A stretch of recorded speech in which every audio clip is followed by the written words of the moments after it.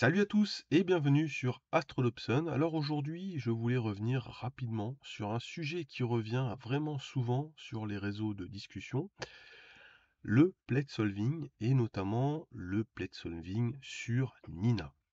J'ai déjà fait une vidéo complète sur le plate solving sur APT, mais Nina, c'est vraiment aussi un logiciel que beaucoup utilisent et il est donc intéressant, je pense, de vous faire cette petite vidéo. En effet, beaucoup ont préparé leur soirée astro en installant et en mettant en place les logiciels, et puis veulent faire leur premier essai en soirée. Leur premier essai, on va dire, dès qu'il fait nuit, et là, bah, catastrophe, rien ne fonctionne, le plate solving ne marche pas, et donc bah, la soirée, elle est un petit peu gâchée. Alors, ce qui est intéressant avec le plate solving, hein, c'est la possibilité de pouvoir centrer réellement l'objet céleste que l'on veut shooter au centre du capteur, même si celui-ci n'apparaît pas sur le brut unitaire, vous êtes certain que vous êtes bien dessus. Donc ça présente un intérêt majeur, d'où l'intérêt de bien paramétrer notre solving. Alors, dans Nina, vous avez un menu qui est dédié dans Options au plate solving et c'est à cet endroit que vous allez devoir définir vos solvers. Pour ma part, vous pouvez voir que j'utilise PlateSolve 2 en priorité et ASTAP. Alors ASTAP en blind solver, mais ASTAP aussi lorsque le plate solving au niveau de PlateSolve 2 ne donne pas de résultat, Nina va lancer automatiquement ASTAP. J'ai donc donné à Nina les répertoires d'installation de mes deux logiciels. Alors, j'ai fait une vidéo complète sur le paramétrage des solvers en utilisant APT, mais globalement, comme ce sont des logiciels tiers, ça revient au même. Je vous invite donc à aller regarder cette vidéo si vous n'avez pas fait encore l'installation de ces deux logiciels. Il y en a d'autres, hein. Dans ce cas-là, je vous invite à aller chercher des vidéos qui les présentent.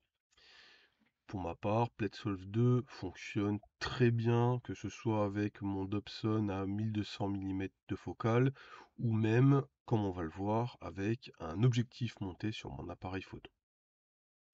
Le paramètre très important, ou plutôt les paramètres très importants lorsque vous allez vouloir solver une image, c'est bien sûr le temps d'exposition.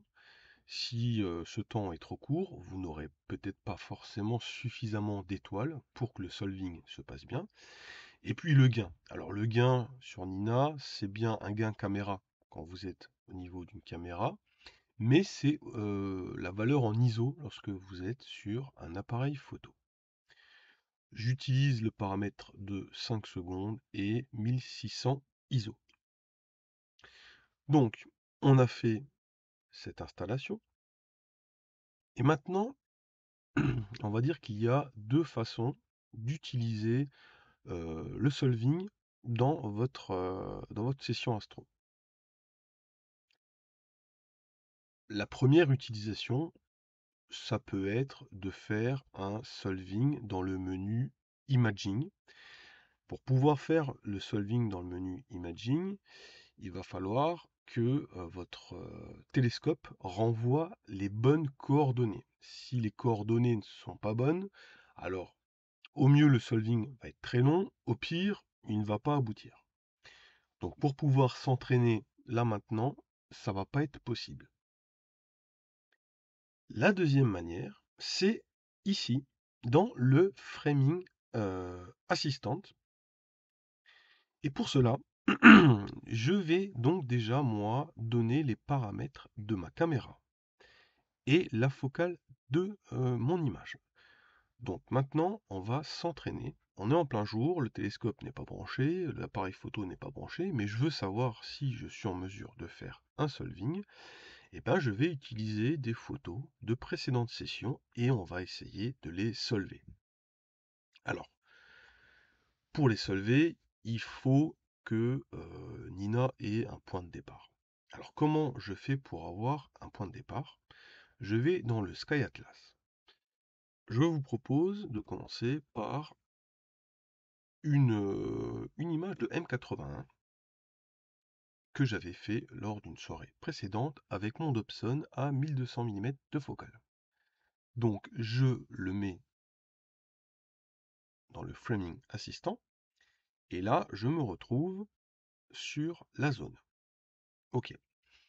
La deuxième étape, c'est d'aller chercher votre image. Donc vous allez dans File, Load Image, et là, M81, donc vous choisissez une de vos brutes de M81. Alors ici on a M80, M82, hein. Et Nina va vous demander, est-ce que vous voulez qu'il solve l'image? Si votre solving est bien configuré, vous allez vous retrouver, voilà. Donc ça veut dire que votre configuration est bonne. J'ai donc au niveau de Nina les bons paramètres. Alors il faut savoir que ces paramètres-là sont envoyés automatiquement ici lorsque vous connectez votre appareil photo. Et lorsque vous connectez votre télescope, là c'est un peu différent. Il faut d'abord l'avoir défini ici. Donc, comme j'ai travaillé avec un objectif à 200 de focale l'autre jour, il m'a gardé 200. Donc j'avais bien mis la valeur de ma focale pour que celle-ci soit envoyée automatiquement. Mais vous pouvez très bien, en cours de route, forcer une valeur qui pourrait peut-être bien fonctionner. Par exemple, sur un Dobson, des fois, ça peut être, à la place de 1200, ça peut être 1180. Mais bon, généralement, avec une différence aussi faible, ça fonctionne. Ok, donc ça veut dire qu'avec mon Dobson, ben, je peux faire mon petit plate solving.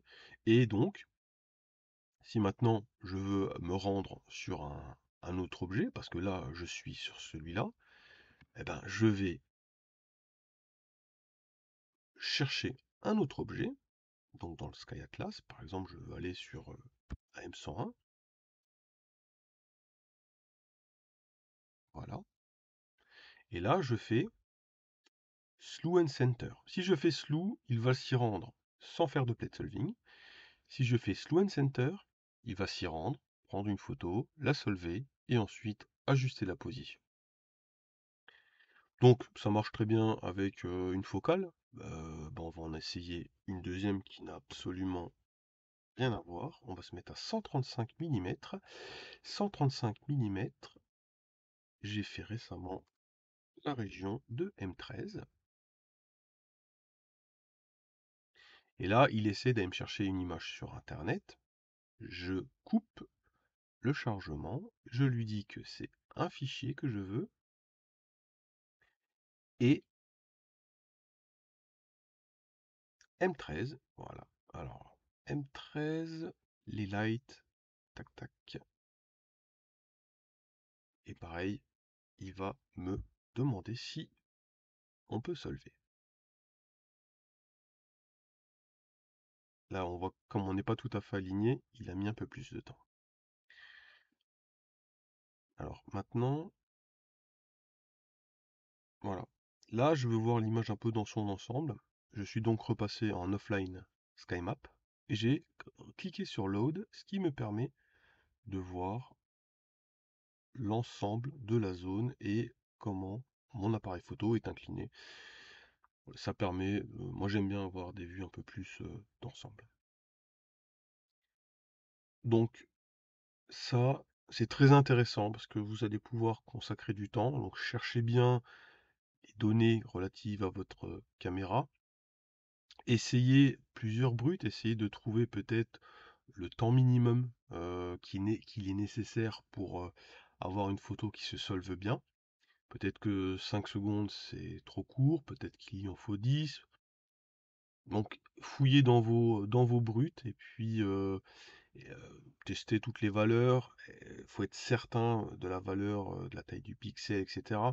Donc vous pouvez dans un premier temps connecter votre caméra par exemple de sorte à avoir ces valeurs-là qui s'affichent. Normalement, ça doit fonctionner. Comme je vous l'ai dit, j'ai fait la même, vidéo, avec APT, ça fonctionne de la même manière et n'hésitez pas à bien vous préparer en journée pour ne pas prendre le risque de gâcher vos soirées astro. Et ben, sur ce, je vous dis à très vite pour de nouveaux tutos.